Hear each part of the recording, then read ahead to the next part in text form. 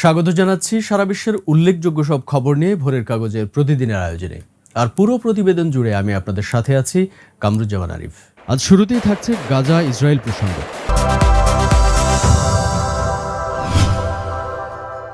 যুদ্ধবিরতির আলোচনা বারবার শোনা গেলেও এখন পর্যন্ত এক কাতারে আসতে পারেনি হামাস ইসরায়েলকেই।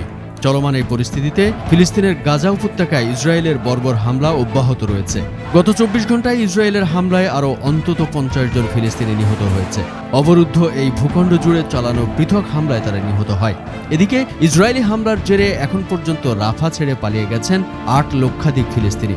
শুক্রবার এক প্রতিবেদনে এই তথ্য জানিয়েছে সংবাদ মাধ্যম আল জাজিরা। প্রতিবেদনে বলা হয়েছে, ইসরায়েলি বাহিনী গাজা উপত্যকা জুড়ে আকাশ ও স্থলপথে চালানো হামলায় কমপক্ষে ৫০ ফিলিস্তিনি নিহত হয়েছে।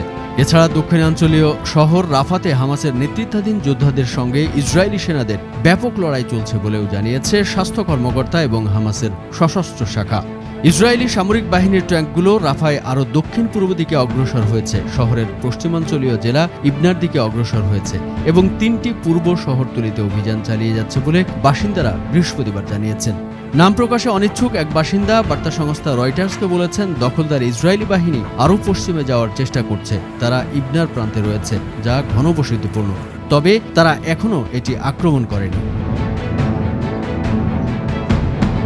এদিকে তীব্র জ্বালানি সংকটে ভুগছে গাজার কেন্দ্রে অবস্থিত আল আকসা হাসপাতাল। হাসপাতালের জেনারেটরগুলো বর্তমান বন্ধ রয়েছে, যার ফলে সেখানে ভর্তি থাকা ৬০০ রোগীর জীবন সংশয়ে পড়েছে। শুক্রবার এক প্রতিবেদনে এই তথ্য জানিয়েছে সংবাদ মাধ্যম আল জাজিরা। দের আল বালা অঞ্চলের এই হাসপাতালে রোগীর ভিড় থাকা সত্ত্বেও বিদ্যুতের অভাবে বেশিরভাগ উপকরণ ও সরঞ্জাম ব্যবহার করা সম্ভব হচ্ছে না। হাসপাতালের মুখপাত্র খলিল আল দেকরান আল জাজিরাকে বলেন, চিকিৎসা কর্মীরা প্রয়োজনীয় যন্ত্র ও সরঞ্জাম ছাড়াই যতটুকু সম্ভব চিকিৎসা দেওয়ার চেষ্টা করছেন। আল দেকরান বলেন, এই কারণে অনেক অসুস্থ ও আহত মানুষের মৃত্যু হবে। তিনি জানান, কিছু রোগীকে মেঝেতে বসিয়ে বা শুয়ে চিকিৎসা দেওয়া হচ্ছে। এর আগে বৃহস্পতিবার বিকেলে গাজার স্বাস্থ্য মন্ত্রণালয়ের বরাত দিয়ে এপি জানিয়েছিল, আর ২ ঘন্টার মধ্যে আল আকসা হাসপাতালের কার্যক্রম বন্ধ হয়ে যাবে। পরবর্তীতে রাতে দেখা যায় এই হাসপাতালের বেশিরভাগ অংশ অন্ধকারে নিমজ্জিত হয়ে পড়ে। মন্ত্রণালয় জানিয়েছে, এই হাসপাতালে এই মুহূর্তে ৬০০ রোগী ও আহত মানুষের ভর্তি আছেন এবং আরও ৬৫০ জন অসুস্থ মানুষ কিডনি ডায়ালাইসিস দেওয়ার অপেক্ষায় রয়েছেন। হাসপাতালের কার্যক্রম বন্ধ হলে তাদের জীবনের উপরও ঝুঁকি আসবে।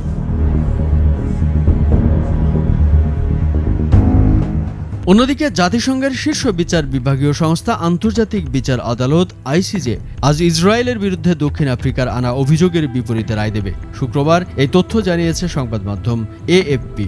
তেল আবিবের বিরুদ্ধে প্রিটোরিয়ার অভিযোগ, গাজায় গণহত্যা চালাচ্ছে ইসরায়েল।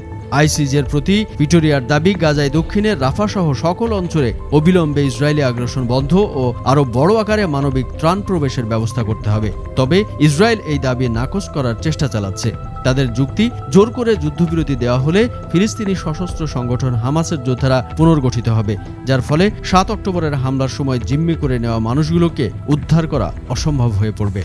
জানুয়ারিতে এই আদালত সর্বশেষ ইসরায়েলকে নির্দেশ দেয় এই যুদ্ধে গণহত্যা বন্ধ করতে, তবে যুদ্ধবিরতির নির্দেশনা দেওয়া থেকে বিরত থাকে আইসিজে।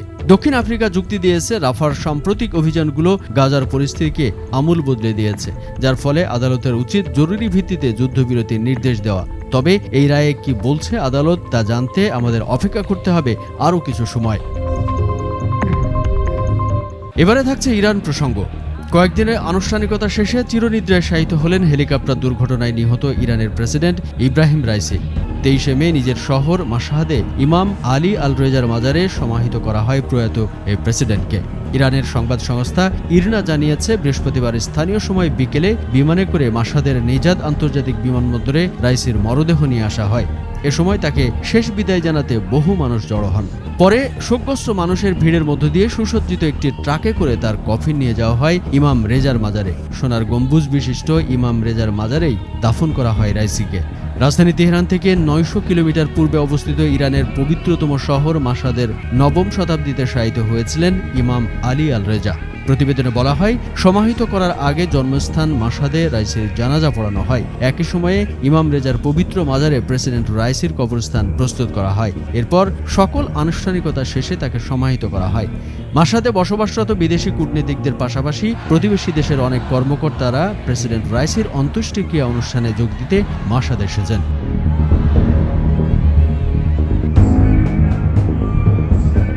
এদিকে লাতিন আমেরিকার দেশ পাপুয়া নিউগিনির উত্তরাঞ্চলের একটি দুর্গম এলাকায় বড় আকারের ভূমিধসে অন্তত 100 জন মারা গেছে। মৃত্যুর সংখ্যা আরও বাড়তে পারে বলে আশঙ্কা করেছেন সংশ্লিষ্টরা।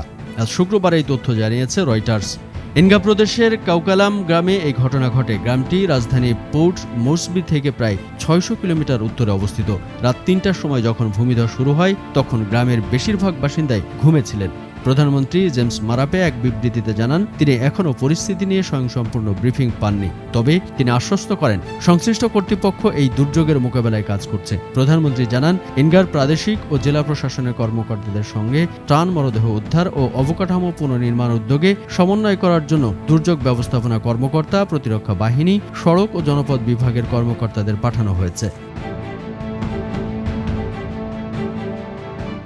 এদিকে ভিয়েতনামের রাজধানী হ্যানয় শহরের একটি অ্যাপার্টমেন্ট কমপ্লেক্সে অগ্নি দুর্ঘটনায় 14 জন নিহত ও 3 জন আহত হয়েছে। আজ এই তথ্য জানিয়েছে বার্তা সংস্থা এএফপি। রাজধানীর জনবহুল কাউগেই জেলার ভবনটিতে আগুন ধরে গেলে সেখান থেকে ধোঁয়া ও বিষাক্ত গ্যাস বের হতে থাকে। এই জেলায় বেশ কয়েকটি বিশ্ববিদ্যালয় রয়েছে। বৃহস্পতিবার স্থানীয় সময় দিবাগত রাত 12:30টায় আগুনের সূত্রপাত হয়। উদ্ধারকারীরা বাইরের গেটের তালা ভেঙে ভিতরে প্রবেশ করে আটকে পড়া 7 ব্যক্তিকে জীবিত উদ্ধার করতে সক্ষম হন। প্রতিবেশীরা আতশবাজির মতো বিস্ফোরণের শব্দ ও মানুষের চিৎকার শুনতে পান। এক বিবৃতিতে হ্যানয় পুলিশ জানিয়েছে, আগুন খুব দ্রুত ছড়িয়ে পড়ে। অ্যাপার্টমেন্ট ভবনের সামনে রাখা বেশ কিছু মোটরসাইকেল, ইলেকট্রিক বাইসাইকেল ও বাইসাইকেল আগুনে পুড়ে গেছে। রাত 1:26 নাগাদ আগুন নিভিয়ে ফেলা হয়। উদ্ধারকারীরা 14 জনকে নিহত অবস্থায় চিহ্নিত করেন বলে জানায় পুলিশ।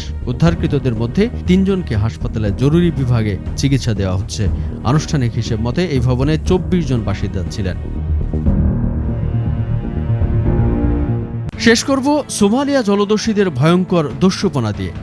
বেশ কয়েক বছর স্থিমিত থাকলেও সম্প্রতি নতুন করে ব্যাপক তৎপরতা দেখা যাচ্ছে সোমালিয়া জলদস্যুদের। কিছুদিন আগে বাংলাদেশে এক জাহাজ ছিনতাই করে নতুন করে আলোচনা আসে তারা। সেই ঘটনায় রেশ না যেতেই আবারও জাহাজ ছিনতাই করে বসেছেন সোমালিয়া জলদস্যুরা। লাইবেরিয়ার পতাকাবাহী এমভি ব্যাসিলিস্ক নামের একটি কার্গো জাহাজ ছিনতাই করেছে তারা। ডেইলি সোমালিয়া নামে স্থানীয় একটি সংবাদ মাধ্যম জানিয়েছে, জাহাজটি নেদারল্যান্ডসের রটারড্যাম থেকে দুবাইয়ের জাবাল আল আলী বন্দরে যাচ্ছিল, তবে কেপ ভার্দের পোর্ট্রোগ্যান্ডে যাত্রাবিরতি করে। যুক্তরাজ্যের মেরিটাইম ট্রেড অপারেশন জাহাজ ছিনতাই হওয়ার বিষয়টি নিশ্চিত করে জানায় 23 মে সোমালিয়ার রাজধানী মোগাদিসুর পূর্বে লোয়ার সাবিলে অঞ্চলের মার্কা জেলায় 420 নটিক্যাল মাইল দক্ষিণ পূর্বের উপকূলে ছিনতাইয়ের ঘটনা ঘটে।